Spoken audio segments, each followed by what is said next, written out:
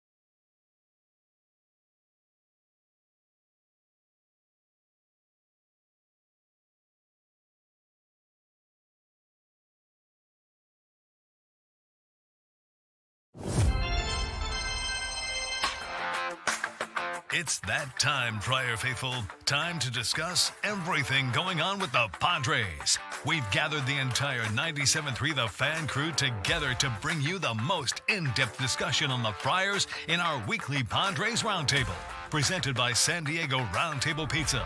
Here's your host, Ben Higgins. No, your ears are not deceiving you. It is still the All-Star break, and yet we are here for another commercial-free 97.3 The Fan Padres Roundtable presented by San Diego Roundtable Pizza. And we got most of the crew in today, other than Tony Gwynn, who I believe is on his way to Cleveland for the start of the second half of the season.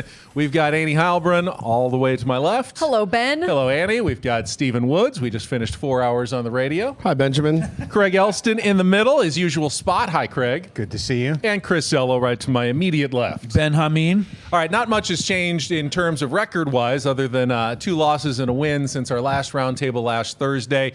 And we've really kind of gone through the first half of the season, I think, pretty well in the last few roundtables. However, I will say, I thought Craig and Annie, you did a great job like breaking down the best games of the first half and going through it. I was listening to your show this week. But I do want to ask one question, and I mentioned it to Woods on our show.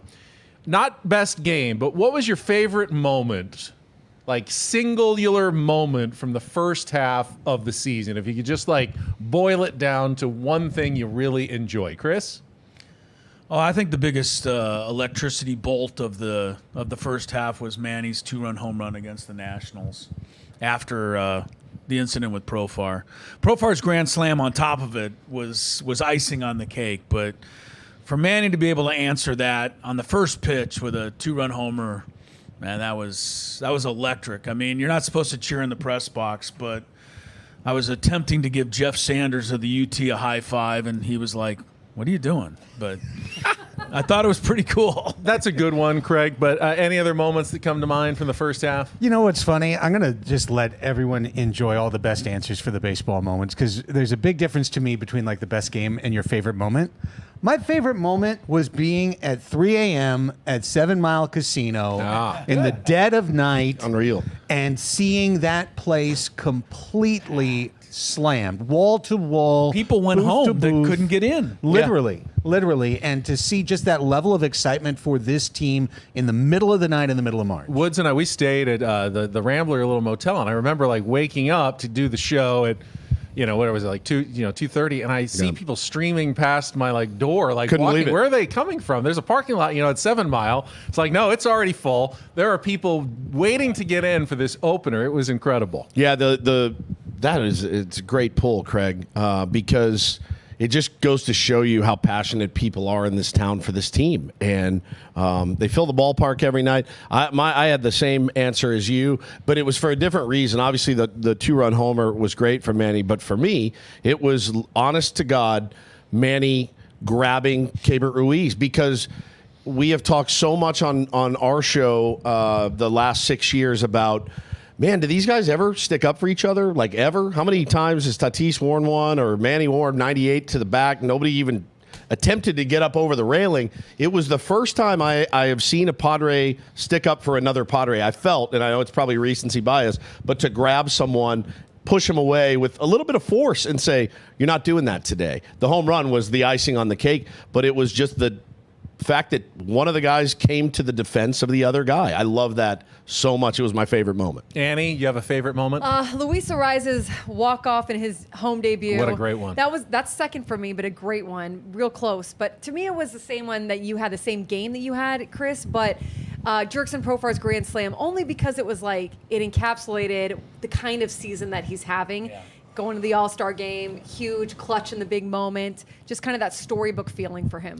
One of the great things about baseball, though, is our enjoyment of it is not simply watching the team on the field. It's who we're watching it with and the context of the game, kind of like the 7 Mile Casino story that Craig told. And my favorite moment, we actually were celebrating my son's 21st birthday, had the whole family together. We were sitting in actually one of the cool suites behind home plate, and it just happened to be the game that Jeremiah Estrada struck out his 11th, 12th, and 13th batters in a row. And game was already pretty well in hand at that point, but he comes in and you could sense that the crowd kind of knew something special was going on, and he gets the first strikeout, and just the volume starts to rise, and people are starting to get to their feet. And then every successive pitch that is swung on and missed, it just gets more and more excited in the ballpark, and then he finishes it off because that was a save opportunity with the third strikeout, the major league record 13th in a row, and everybody is going crazy, and we stayed until the end, and the family was there, and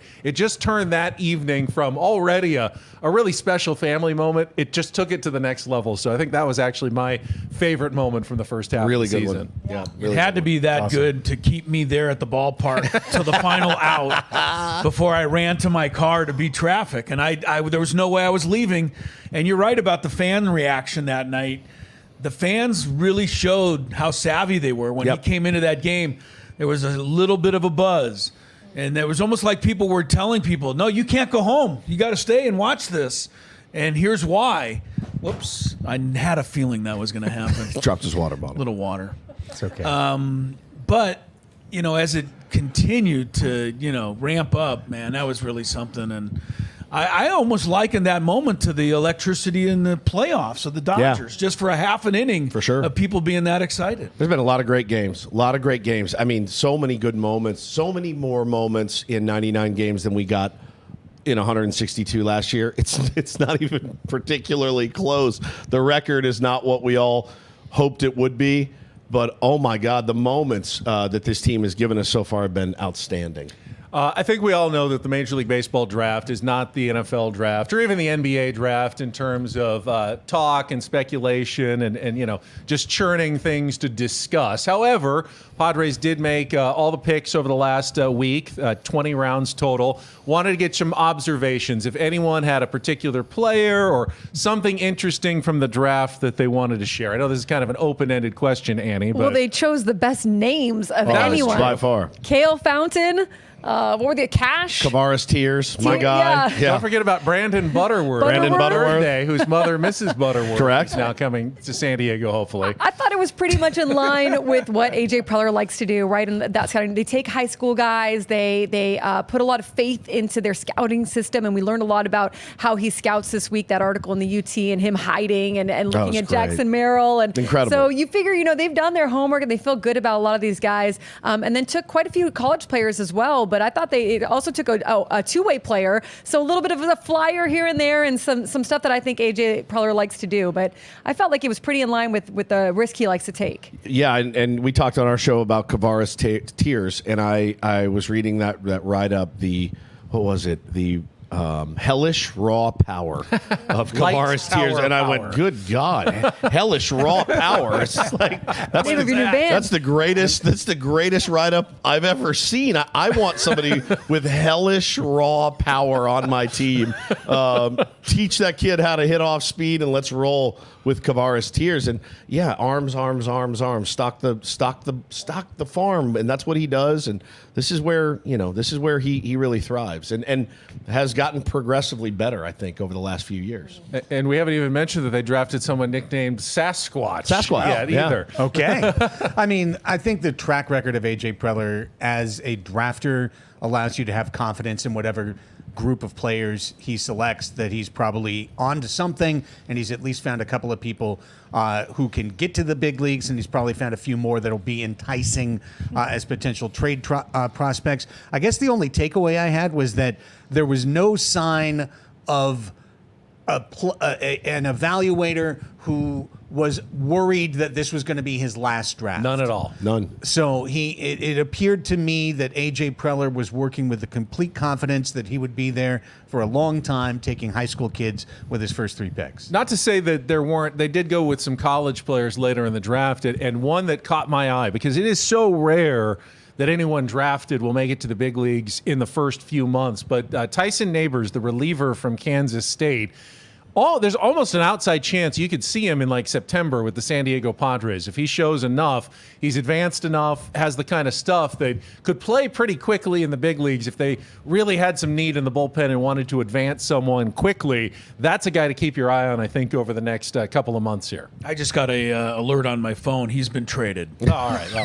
I wouldn't be surprised if AJ trades 3 or 4 of these guys before Don't get they too attached is what you're Right, saying don't get to too any of these attached to any- players. Don't settle in, guys. Don't buy a house anymore. Yeah, but me with the draft. So that's my comment. Although I did enjoy your tweet about the kid who pitched a 4-hitter this year. And then you said, not in one game, the whole season he pitched a 4-hitter. Yes. More So that impressive. sounds pretty good. Yeah, I don't know what the competition is like in the Oklahoma high school, rural Oklahoma high school I think circuit. it's a fair question to ask. Pretty impressive, though. Still, you In give up any 4 league. hits an entire season, you're doing something. What's Sounds pretty 0-30 good. batting average against? He literally struck out all but 17 of the hitters Right. that he faced in the It's season. insane. How do you feel if you're the one kid who actually Got a knock No, on there him? was a run scored off him. Like yeah. you drove Yeah. in a run off Yeah. of this guy. It's like that's your probably It's the baseball old- story it's for the a old lifetime. joke that the guy pitched a perfect game, struck out 27, except gave up 1 foul ball. Yeah. And the scout said, well, where's the kid who hit the foul ball? 100%. During the All-Star break, this is our 97.3 The Fan Padres Roundtable. Again, presented commercial-free by Roundtable Pizza Royalty. Rob Manfred did his media news conference, state of the MLB thing, and one thing he talked about was the possibility more than possibility, the plan to bring the automated strike ball system at least into spring training next year as a challenge model. We've talked about it a little bit in the past. Craig, I'll start with you. Your feeling on how Major League Baseball is proceeding very slowly and cautiously after 5 years of experimentation in the minor leagues of trying to bring the robot umpires to the big league level. I think it's really smart to do it very slowly because there's going to be a collective groan when it begins from all the traditionalists. But I look at, for example, I know you did too, I watched the Wimbledon men's final on Sunday. They've had that Hawkeye system forever, and it's so quick. It's the guy says, "Okay, I'm going to challenge," and then beep, bop, boop, and then everyone perfect. sees it. Yeah, and it's wonderful. I expect this to be a challenge system when we get. I don't think it's just going to be a robot ump. I think it's going to be a human ump. Everyone's unions will remain happy, but there'll be a challenge system, and I think when it comes up, it'll be quickly implemented. And I think one of the reasons it'll be quickly implemented is because it's had enough time in the minors that there'll be enough players in the majors with experience with it. Do you guys know, just sorry to interrupt, but do you know how it works exactly in the minors? Like we were talking about on our show, kind of laughing about 3 challenges. All right, I think you guys. get 3. Yeah. Who? For the whole game? The catcher, the pitcher, and or the hitter. So So like the hitter can feel the pitches outside, hear a called strike, tap his helmet, boom, challenge. If he's right, you But hang you on. keep, hang it, on you to keep it if you're right? Yeah, you Okay. keep it if you're right. Yeah. And then same thing, the pitcher or the catcher, or the pitcher could tell the catcher, and the catcher goes, "Okay, let's check that." Let's check. Well, that 3 should have been total. a strike. But That's three what I wrong, heard. 3 wrongs. Yeah, 3 strikes and you're out. 3 strikes and you're out. Okay. Yeah, because I just pictured Mike Schilt before the game going, all right, we got 5 to work with, Manny. Don't. Luis, Luis, you're good. Yeah, green light for you. Jurickson. No. We've seen you roll your eyes on too many strikes. I to see waste you the guys a challenge. lot nodding your head after, it's clearly a strike on television. So I got a laugh out of that, just wondering, how many you get, how it's going to work. I think it's a great idea. I used to be a big, just get robots. And I've come around to the fact of that's not going to work either. So the challenge system is I think fair and takes some off the home plate umpire's plate, because it's as much as I rail against them, it's the hardest job that there is, calling balls and strikes at the big league level. Yeah, I mean, I think so. When Xander was doing his minor league rehab, he called one of these. He in fact, the broadcaster was like, "I've always wondered if an MLB rehabber would utilize the ABS challenge system in a AAA game." Xander Bogaerts did it. It was unsuccessful. And what's great is that the broadcaster was saying, I wonder if this is going to come back and haunt them later in the game. If you're not going to have a challenge. So I think it's going to be interesting to watch it, because I don't know all the rules exactly. I'm not even sure if that's out there, but I had heard 3 too, but I'm not sure exactly what Craig said. But how it's all going to work and get unraveled, but they'll all adjust, just like they did to the pitchers stepping off the mound and guys having batter timeouts, and they'll all adjust. But it's going to be interesting there for a while. I'd be surprised if a single teammate or coach said a word to Xander Bogaerts about it, like, "Are you sure you wanted to use that challenge?" "No, it's fine, Xander. You can do whatever you want." Oh, nice challenge, moron.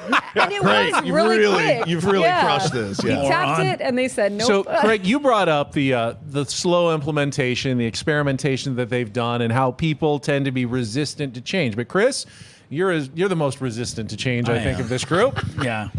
But the changes that Major League Baseball made, the pitch clock, the new rules that we all thought were going to be so difficult to accept, even you'd probably have to agree, went down pretty easily, actually. Hard to believe that I railed against all of them. Does that make you feel like it could be an easier transition to an automated strike zone as well? Honestly, there was one pitch this year that changed my opinion on it, and it was the last pitch of the Arizona game when the Padres were rallying, and there was 2 guys on. Yep.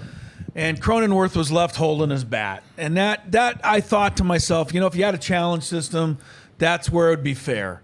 But otherwise, I really have always felt that if it's close, swing, 2 strikes. That's what we're all taught. Right. We don't need an umpire. The other thing that I'm a little concerned with, and not to name drop, but I end up sitting with Mike Winters a lot, the former umpire up in the press box, and he's pointed out to me correctly that center field camera is not directly in line. You know, it has to be off an angle a little bit so that we can see around the pitcher. Sure. It's much like when they show a check swing from the first base camera. That's not the same angle as the umpire has. Right. And we all go, how'd you miss that? But he's looking at something a little different. So, let's just make sure that when we're going to go to this challenge, that a strike is a strike. And that's going to be hard to do. When they do catcher cam or umpire cam, that's when I'm like, all right, I need to shut up. Because it is just like that. And then I've just got to be like, strike or ball. Yeah. You never get a sense for it until they show you exactly what they see.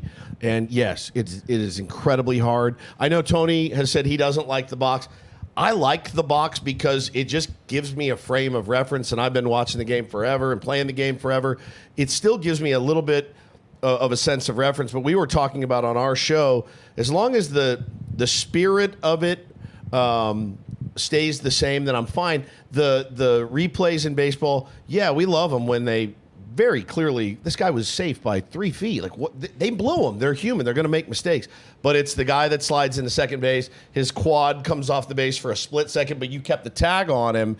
Oh, no, you're out now. That I disagree with. That's what bugs me about replay sometimes. But as long as they are able to do this, use the challenges, keep the spirit of it intact, I'm good with it. I just think it's important to note, too, building off your point, Chris, that what they will use to determine the challenge will be the TrackMan or pitch FX Not the data, TV box. not the TV TV box, box, correct. nor the TV camera angle. So what you're saying is that the viewer at home is going to see the ball a little off the box. Yep.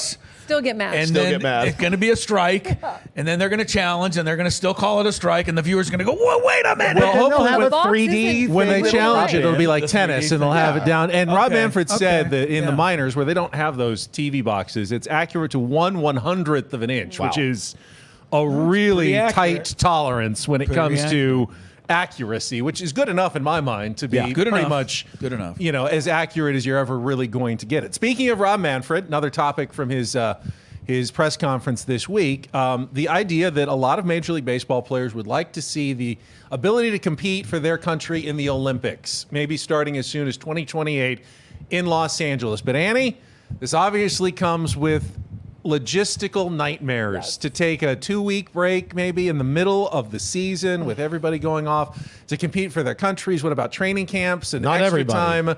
Not everybody. Then you have a bunch of players who are just sitting around doing Right. nothing for Right. that time. Is there a way in your mind that they could make this work? I think there is a way, but it's going to be a logistical nightmare, and you're going to have people that are unhappy on both sides of it, and then people that are thrilled to get to compete for their country in the Olympics. It's hard. I think it's hard to say to a player, you can't do that. You Right. can't go take this on. It's a once in a lifetime opportunity for a lot of them. At the same time, they are getting paid a lot of money by their club to be ready to make a playoff push, to keep themselves good for the whole season.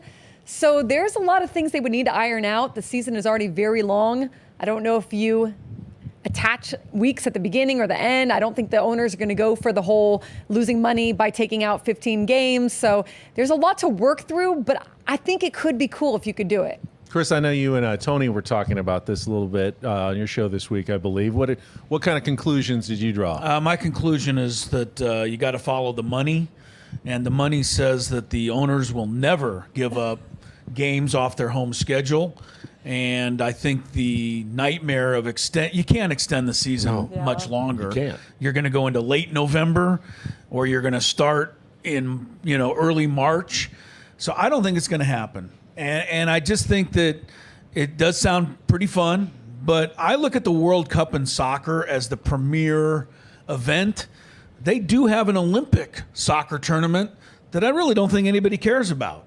So I don't know that the Olympic baseball tournament, if these guys were allowed to compete, you've already got the World Baseball Classic for that. And is that overkill to have both a World Baseball Classic, Craig, and an Olympic tournament, meaning every 2 years you're going to compete internationally for your country now? Well, it's funny you ask, because this is something that Annie and Braden and I talked about on the show a couple of days ago.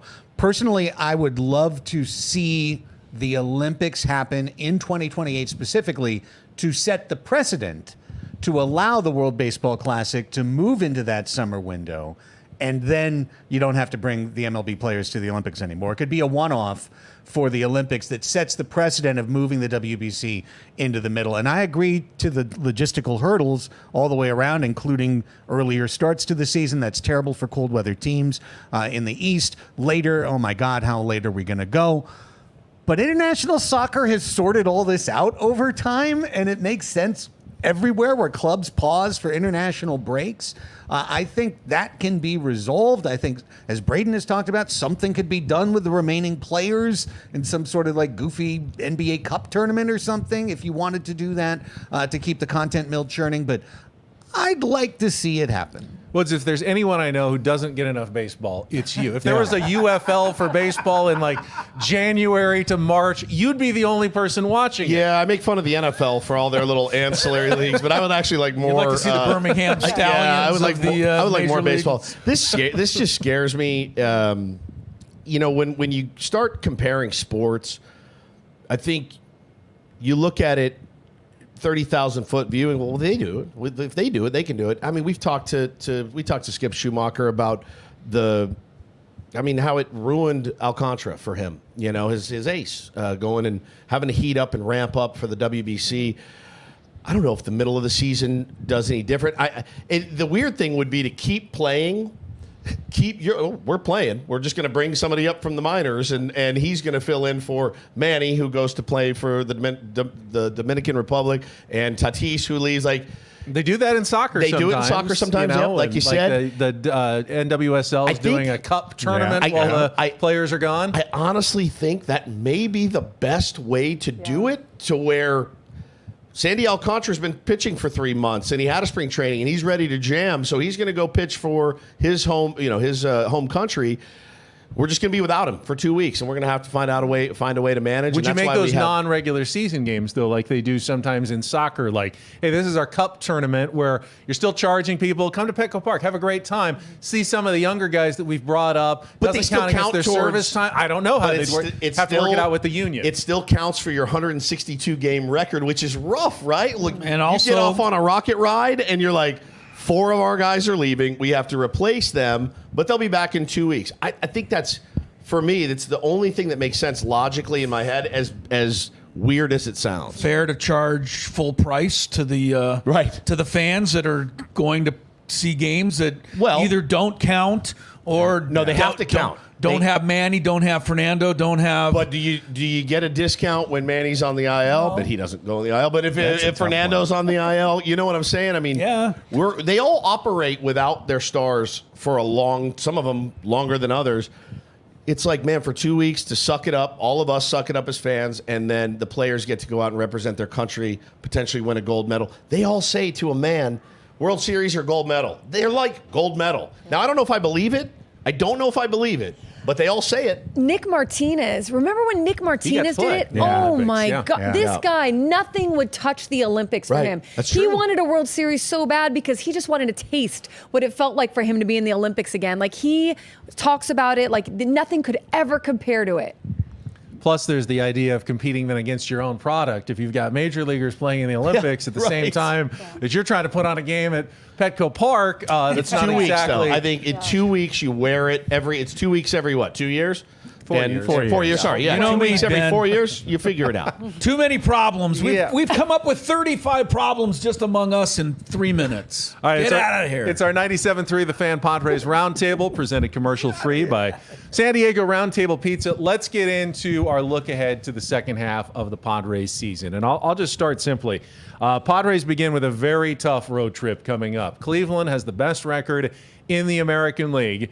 Then to Washington, and while they have been struggling lately, they're not going to forget what happened a month ago at Petco Park when the Padres go visit them.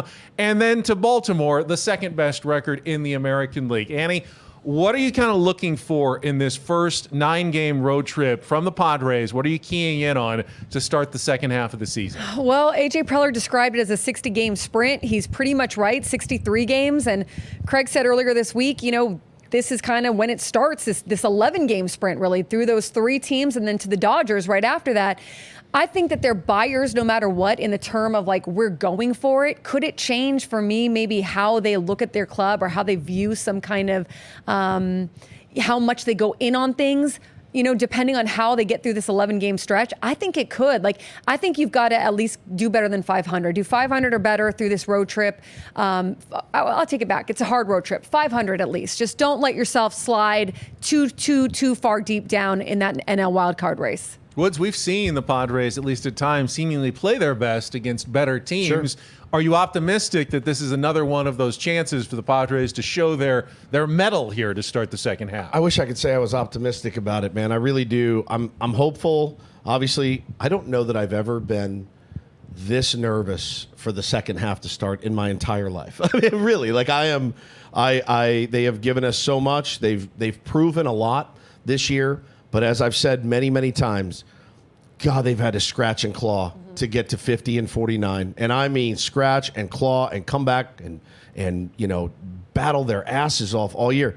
I'm terrified, of the second half starting. I'm going to be a nervous wreck when this thing goes because, again, man, the teams that we all thought were we don't have to worry about them. Well, they're all around now. The Giants are back. The Mets are back. The D-backs are back. And you're like, here we go. But this is the beauty of sports. They're not talking about this in Chicago right now. They're not talking about this in Miami. We get to experience it.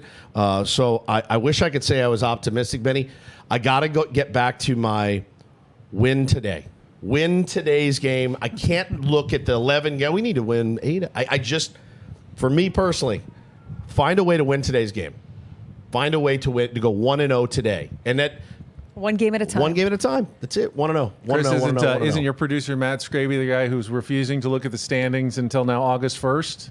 Can you do that? That's because he can't read. He's just making an excuse. I'm worried about this road trip as well. But here's the thing. Right now, between the Cardinals, who sit 5th, and the Cubs, who sit 12th, there's only a 4-game spread. 2 of those 8 teams are going to make the playoffs. If you just assume that ahead of them, the Braves, Brewers, Dodgers, and Phillies are in good shape. Yeah. So all I'm concerned about for these 11 games and maybe into August and the return of Fernando and hopefully Musgrove is, can we stay in that 3 to 4 game window of the playoffs? Don't die. Basically, don't die. That's it, exactly. They've done an amazing job of keeping their head above water. Yeah. And as a matter of fact, they even flourished when they won the 12 out of 15. But I just don't know how. I mean, Matt Waldron is starting the first game of the second half. Who would have predicted that? Craig, that's right. It. Except for Craig. Except for Craig. And Cease and then King, and then you're hopeful. So it's going to be really tough. And can they hang in until Fernando and hopefully Musgrove come back? Don't die. That's what I'm watching. Don't That's die. it. Just don't slip too far. That's Yeah. it. You said what I would have said. My only goal is survival for this trip. I mean, I actually think it's on the line. I mean, if it's, again, win today, you and Mike Schilt are going to have a great convo tomorrow. 1-0, because baby. That's the only thing he's going to say, 1-0. too. I heard him respond that way to AJ after last Sunday's game. Tomorrow's the most important game of the season. Well, okay. Yes, absolutely. And you're going to have to beat Cleveland. They haven't lost a series at home all year. My God. So, Really? yeah. So, Not one. Woo! So if you just went and penciled a 1-2 there and a 1-2 in Baltimore, which would be a decent result, honestly, right? If you took one. Yeah. Better sweep the Nationals. Yeah, then. you better sweep the Nationals. If the Nationals have your number that particular 3-game set, you could be looking at being at the bottom of that grouping, come to the deadline. Craig, you've instituted a number of red alerts over the course of the season, and I haven't kept quite as close track. How have they done during your red alerts? And is this the reddest of red alerts so far for the Padres? Well, no, you know what? They didn't always instantly respond, right? They would sometimes lose the next game, but they've always come back and bounced back. We've seen that all year from this team. 100%. They'll get to the precipice of disaster, and then they will bounce back. I think they're on that precipice. Again, there's a real shaky underpinning, and you just said it, and I agreed. When we went through the 10 greatest games of the first half of the season, of the first 99 games of the season. Like, so many of them were the bullpen blew it, the pitcher put you in a giant hole, the offense rallied improbably, somebody hit a 2-out homer, and it's like, if you just pull a couple of those results, this season looks completely different. Oh, yeah. So they need to get it going now. Wouldn't it be so like this team though to go 8-3? Yes. It would be, who would be surprised? I mean, explain something. The Rockies have won one road series this year. I know where it was. That was here. Right here. They didn't lose a game in that series. Yep. So it would be just like the Padres to go hand Cleveland their first home series lost. It would be just like this team. But you brought up, I mean, the pitching and the bullpen. And we talked about this a little bit on our show. 50 and 49. You can really break that down. So there's 4 or 5 game losing streaks. Outside of that, the Padres are 50 and 29. Right. Really, really good. Can't throw them out the window. But so many of those 49 losses can be ascribed to either the starting pitching got you in a deep hole early by giving up, 3 or 4 runs in the first 4 innings and you couldn't come back, or the bullpen just kind of randomly exploded later in the game. I mean, that feels like about 60% of the losses. Yeah, there were games where the offense didn't show up. Sure. That happens with every team. Every team. I'm not as worried about the offense. It's the pitching in the second half. How will the pitching respond? Is there enough depth? Can they get some consistency? Is there any other way to frame the second half other than through the lens of starting pitching and relief pitching? it's huge. We saw what happened in 2021. It's huge. You have Michael King, who's done tremendous, but he is on some kind of innings watch, at least, right? Matt Waldron is on some kind of innings watch. You've got Dylan Cease, who had a great start to end the ceremonial first half, but has been inconsistent. Then you've got Randy Vasquez, maybe Johnny Brito, maybe, I don't know. It becomes now, luckily they have some off days. They can work some creativity in there, perhaps. But when you get creative like that, those guys that are all on innings limits, you're putting them back. You know what I mean? You're adding Yeah. an inning or two, adding yeah. an inning or two here Yeah. and there, and it's like It's a stress. You can be as creative as you want to be, but Saris has told us many times, with every pitch they throw, they just Relief become pitchers, the relief especially, pitchers, get worse. especially they From just the get day worse. one until the end of the season. They just keep getting worse. It's just attrition, basically, and being creative is awesome, but you still have to have those. I mean, who are the 3 most durable pitchers in the big leagues right now? I don't know off the top of my head, but you'd have to be careful with those guys if You want to go deep into the Cease might be postseason one too. of them. Yeah, Cease may be one of them, and so the threat of burnout, without adding pieces, is so palpable. They're going to right add now. pieces. They have to. They have to. There's no question right now. Who they can add, who well, they can get. we looked at a bunch of them the other day, and I just think Crochet's a pipe dream. I just think that's way too much to give up for a guy that is already over his innings limit. Sure. I think it would be way too risky. I think Tyler Anderson of the Angels makes the most sense. He's pitched in this division. He's an all-star 2 of the last 3 years. He's having a great year. I think you can get him for a fair amount from the Angels. And I think that A.J. Preller knows it. So I don't think we're going to have to wait much longer to get a pitcher. Tyler Anderson was the name that made the most sense to me. I'm throwing a little bit of a dart at a board, but they have to do something, and I'm pretty sure AJ would never let this opportunity go without taking a shot. Well, I like that name, and I just want to say, if you're going to make a deal with the Angels, then you might as well bring Carlos Estevez and Kevin Pillar along with you in a deal like that, because you could probably do a package like that with Anaheim. Estevez is a guy they can let go. They don't need a closer. They stink. Pillar's already retired. I mean, he's announced. You've been calling for him since May, and I'm not going to argue with you because you are the Waldron guy. Well, and then, by the way, he's been terrible like the last 3 weeks. He's hit like 100. But I think if he came to a situation like this, playing for a pennant at the end of his career, I think he'd be revitalized. I've heard Rich Hill is staying loose, ready to sign. He's ready. He somewhere. wanted to come back in the second half. He wanted did. the first half Dallas- for his kids' games. What so does Dallas this is the perfect Keuchel do time. for you guys? I know he's out there now. Oh, yeah. Domingo Herman. I saw Just got released. I saw yesterday somebody said Dallas Keuchel has elected free agency, and somebody tweeted, "Free agency has politely declined." That laid me out, man. But yeah, the lightning in the bottle of a Dallas Keuchel or a Rich Hill. I saw Joey Lucchese maybe looking for Bring him home. Like, oh my God, here we go. Here we go. All right, we're about 35 minutes into our Padres Roundtable presented by Roundtable Pizza. You guys want to do the draft or the seventh inning stretch first? We're kind of in a no man's land here. Draft. All right. Annie has spoken. All right, today's Roundtable draft topic. And remember, you each get to go in order, but you have to pick someone different from the last person. And we'll start with Annie since she was decisive. Go right around the room. I will go last. You can pick one Padres player and guarantee they will be locked in at peak performance for the rest of the season, a la Blake Snell in the second half last year. Which Padres player are you picking to have the locked-in second half and then take your chances with everybody else? Annie? I'm picking Manny Machado. Not that he wouldn't be locked in, but that his health is entirely locked in where it needs to be. His health is included. His health Everything is included. locked in. Everything is rocking and rolling for Manny because when he is hot, he can be a game changer for this team, no doubt about it. Fair enough, because we've always said as Manny goes, so goes the Padres. We just spent about 10 minutes talking about how pitching is so important. Woods, would you take a position player to impact every day, or would you want to have a pitcher who's locked in so you at least don't have to worry about 1/5 of your starting rotation for the last 2.5 months? I'll take Jurickson Profar to stay on this torrid pace that he's on. He is, while leadership is always questioned within the Padres, he does seem to be the most forward-facing lately. The guy that's in front of his locker saying, we've got to be better. We can't lose this. Like, he keeps it up.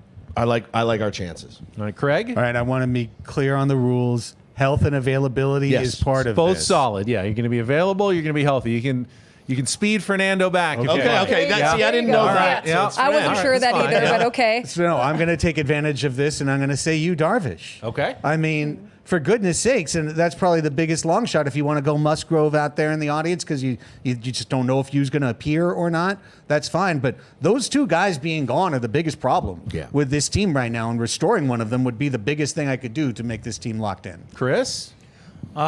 Because my answer was taken by Annie, I'll take Dylan Cease to go 7 innings and allow 1 hit every start the rest of the season. Sign me up. Great answer. That was going to be my answer. Oh, Good steal right sorry. before you go. My thinking on this is always, I take my chances with some of the superstar players sometimes that they're supposed to be locked in more often than not, and I don't really want to waste it. I thought the Profar pick was an interesting one. He's been so locked in, you kind of maybe want to roll the dice with Jurickson Profar and let him go. I think, though, it's important to take care of the pitching staff since Dylan Cease is already gone. Let's go with Joe Musgrove and just get Joe back. The emotional leader that he is for this team.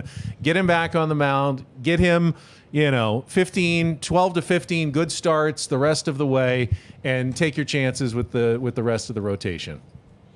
Agreed. Good pick. How about we get all 5 of those things? Yes. And then Oh, we just man. make plans for October. Yep. Luis Ariz was another one I thought about too. I mean, he's been injured. Him locked in is what? Him- Like 450 the Yeah, rest of the yeah, way or exactly. something Yeah, like no, that? 410, You're yeah. talking That's pretty good locked Rallies in. every You're time he talking comes every out. time he comes to the plate, there's a guy on base, maybe even on second. And I mean, there's an argument for Ha-Sung Kim. When he 100%. gets locked in and, he starts hitting, boy, his value can be through the roof. Luis Ariz would hit 450 if he was locked in and draw 2 walks the rest of the way. that's he was exactly locked right. in. 450 with a 461 on Yeah, he base. never. Well, that's the problem. Same with Tony Gwynn. Yeah. The reason they didn't walk is not because they didn't understand the they strike just zone. never They were missed the just ball. They never too missed good the at making ball. contact with the ball. And part of walking occasionally requires swinging and missing at a pitch Right. to get worse pitches to take later in the at Yeah, bat. you guys remember when Ariz struck out twice in one game recently? It was like it was jarring. It was like looking at the eclipse or something. I was like, this doesn't. You knew he feel wasn't right. healthy at that point. Universe Right? was Yeah. out of It order. really was like something's off in the universe. All right, now we are far enough in. We can get to our 7th inning stretch, our non-baseball Padres topic. And Woods and I have already talked about this one this week, but we had a lot of fun with it. So let's start with Chris. He surprised us in a couple of these 7th inning stretches. Today's topic is, what is an activity or sport you tried one time and hated so much that you will never do it again? One and done. Ben has one. Yeah. Prime All the right, pump. I'll prime the pump. Yeah. So mine was water skiing. Lake Tahoe, freezing, melted snow, unable to get up on like 5 or 6 tries, just dumping face first into the water, skis flying everywhere. It looks so fun from the shore. Oh, yeah. You're watching people sailing along, relaxing, holding on with Waving one with hand, one hand. waving, doing tricks out there. Turns and out you think, need core strength. it was like the most miserable thing I have ever experienced. I will never try water skiing again. It was horrible. Horrible. I'll go with fishing. Fishing. That was Paul's too. Yeah. choice. Was it really? Yeah. I went fishing on a full day boat, which was really dumb. I mean, I think we got a deal, or somebody got us in on this full day boat. What's that? 8 Out into the hours? ocean?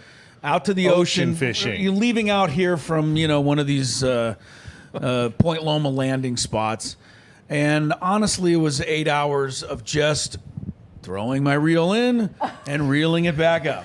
And throwing it in and putting that little salamander's eyes through the hole and throwing it out there and reeling it in. You didn't catch anything. No, I didn't catch one thing. And had I even caught something, I really don't think it would have interested me enough to come back. Right. Fishing is such a polarizing activity. People who love fishing, They love it all the way. Love it. I remember growing up, and you'd go to the newspaper, and they'd have like the fish counts listed Oh, yeah. in the Yes, sports that's section. right. Like, Yeah. here's what they got at this landing on this boat, I holding know. this many marlin and this many swordfish, and I'm Yeah. going. It didn't help that the yo-yo guy right next to me, one step from me, was reeling them in all day. Like, come on. That's How is this amazing. What am I possible? doing That's differently? amazing. You don't How have does that the magic fish know touch. down there? And you're locked in. You're locked in that trip for. I don't want to be locked in anywhere except the round table for 8 hours couldn't a get day. out. You can't get out. And there's No. the nausea if you get a little seasick Yeah. if you're going out on the Get it. ocean as well, and it smells like fish and not great. Craig, activity you tried once, never again. Yeah, and factually, my dad and I went fishing once too, but I don't think he liked fishing either. But I had a very felt like similar, something you had to do. Yeah, a very similar experience of being there a couple hours, catching nothing, doing nothing. It was cold, it was dark. And being like, All right, see you later. That's another thing with fishing. What are we doing here? You can only do it at 4 in the morning Right, for yeah, some to reason. get up so early, obnoxious. All right, it's any dad's dream to have your hobby shared by your son. So I very much understand how this came to be. But my dad used to all the time go dirt bike riding in the desert as one of his hobbies. We'd take the motorhome out to wherever, somewhere in the Mojave Desert, and he and his buddies would go dirt bike riding, and then they have a campfire and Oh, yeah. whatever. And that was a thing. And so we always had a dirt bike motorcycle in our garage. And then when I was about my son's age, like 12 or 13, he got me a smaller dirt bike, and we went one time dirt bike riding at this place where everyone goes. We're somewhere out by Bandini Mountain. It was like some, with big sand dunes. Beginners, and level dirt biking, probably, yes. And I got to the top of a dune and lost my balance and fell, and the bike fell on me and, wrenched my ankle, and it couldn't get up, completely miserable. Had to be rescued from it. I remember us stopping it in and out on the way home, like, just to get a mercy burger. And The pity burger. yeah, and that little dirt bike stayed in the garage for the remainder of my Like, teenage years. you know how much. When I was a kid, all I wanted was a dirt bike or a moped. My parents were like, bro, there is no chance you're getting on anything motorized until you're 16. But I knew kids like that too that had those, and they were so good at them. Skateboarding was one I could never do, ever. Mine was paddleboarding. I tried it once. I got set up on a blind date, and I went. Woods "Here." is not a beach guy. If you I'm know this really about not. Woods, just And anything having to do with the beach. For me, it was like the lugging of the giant board down there. And they make it look so easy as they're just paddling through waves and they're standing up with their perfect balance. And then, I wiped out on it. I was like, the upper body, I was like, this is awful. Why would anybody want to do this? And then I realized I have to lug this thing back up to the rental place. I was done, out. Annie? I did dance, but my sister did gymnastics, and she was really good. So they had the gym over there at San Diego State, and I was like, hey, I want to do gymnastics too, Sure. So get the gymnastics leotard, everything set up, put the chalk on my hands, and they're like, okay, get on this beam, up here, 4 inches wide, and now go backwards. We're going to spot you. God. I was like, nope. I jumped off that beam. I'm like, you can stick with gymnastics. I will stick with dance. We're good. Didn't even try I think I did one, and they spotted me, and then they wanted me to do it by myself, and I was like, yep, no, I'm good. Remember that beam is only 4 feet high, but your eyes are another 5 feet above Exactly. that. Yeah, you're so 10 when feet you're in the on air. a beam, you feel like you're Yeah. 9-10 feet up. You're not it's laying on your the belly. spin. It's like. By the way, we did summer activities, but if we had expanded to winter, regular skiing is also something. I loved that. One and done. I did okay on the bunny slopes. too. Like all day, I was snow plowing, going down, and Yeah. Dad said, "Okay, let's go try an intermediate slope." Could not slow down, crashed. I could see the disappointment as he had like carry my skis and me down the entire mountain. Your brakes didn't because work. I could not get Dude, down. one from of the my intermediate childhood slope. friends growing up broke his leg skiing, and then the one time I went, I was so sure Paranoid that you just about break your leg Yeah, when you you have go to. skiing. A rite of because passage. that George Kim broke his leg. I'm sure I'm going to break my leg. Yep. I'm petrified. Only time I ever went. I did snowboarding one year in high school. Nightmare. And then the next day, actually, I was doing sort of like acrobatics or whatever. Broke both bones in my leg. They both popped out of my leg. And I swore it was because my mom was like, it was cold in the snow. Maybe something happened. The bones got, a little worse awful. off. I definitely So I think never I'm went more back. Sonny Bono than Lindsey Vonn. That's for sure. Can I just say one last thing Jeez, about Ben. water skiing? Dark I had Ben. the same experience you had the only time I went water skiing. However, and I wanted to ask you, I did stand up a couple Oh, of good. times. All right. And I will tell you, it made all of the falling almost Worth it? worthwhile. I never It got is up. really cool if you can finally get standing up there. All right, let's But get it's back. not To, easy. let's get back to baseball. Final few minutes of our Padres Roundtable, presented by San Diego Roundtable Pizza. Chris, you mentioned that list of teams from the Braves on down to the Cubs on the fringe of the wild card. So the question now is, who are the 3 teams that you think will end up with the wild card spots in the National League at the end of the season? Well, the Braves, I think, are one. I think they're a little clear of the group right now. The Cardinals concern me. I think they've been a little. I think they're aging. Arenado and Goldschmidt. Just, I don't feel great about them going forward. Their young guys have helped put them where they are. I feel weird that the Diamondbacks are going to get in. They're tied with the Padres right now, so. I must say the Braves, the Diamondbacks, and I'm in San Diego. I better say the Padres.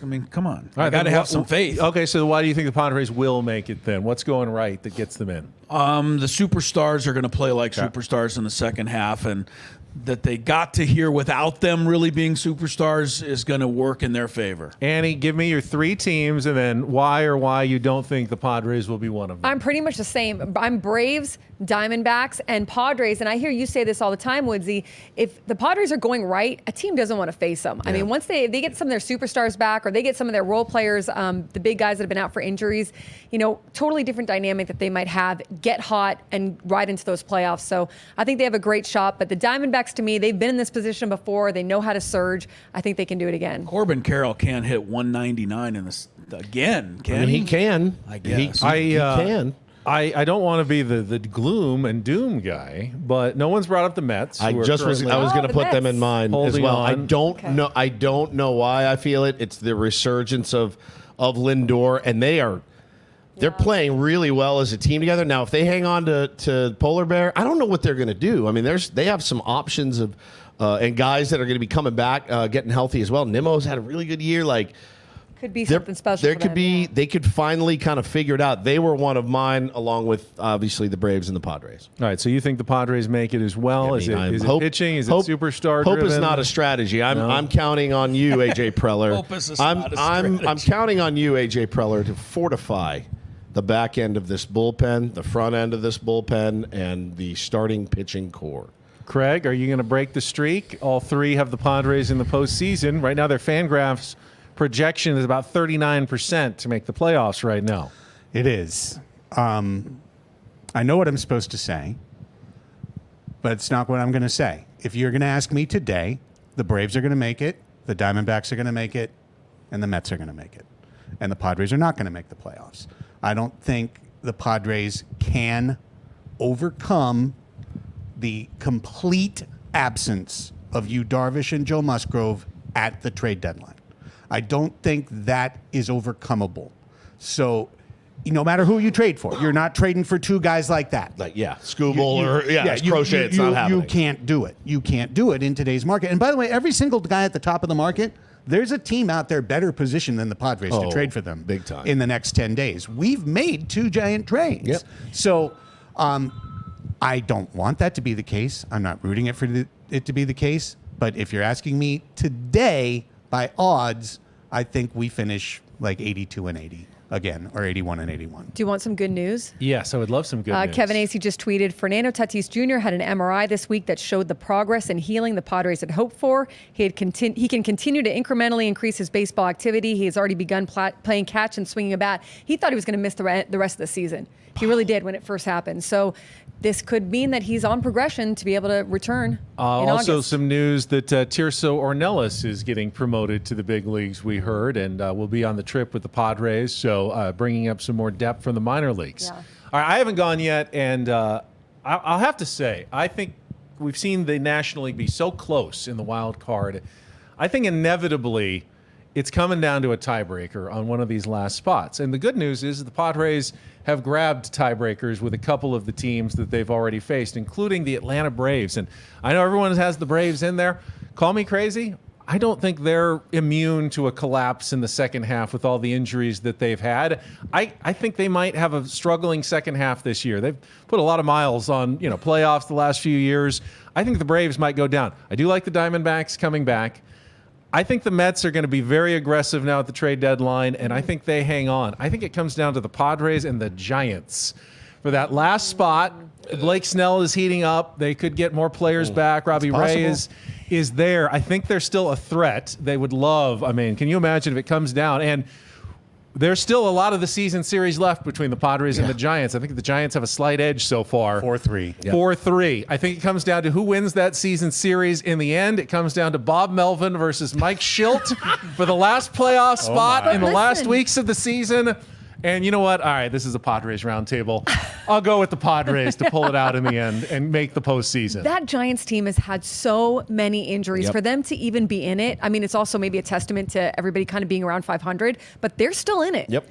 Big time. And the difference will be, and I know that we have them on each week, but the fight that this team has shown under Mike Schilt that we did not see under Bob Melvin, hopefully that carries over this year for the same two teams that could be battling it out at the end of the season for one of the last playoff spots in the National League West.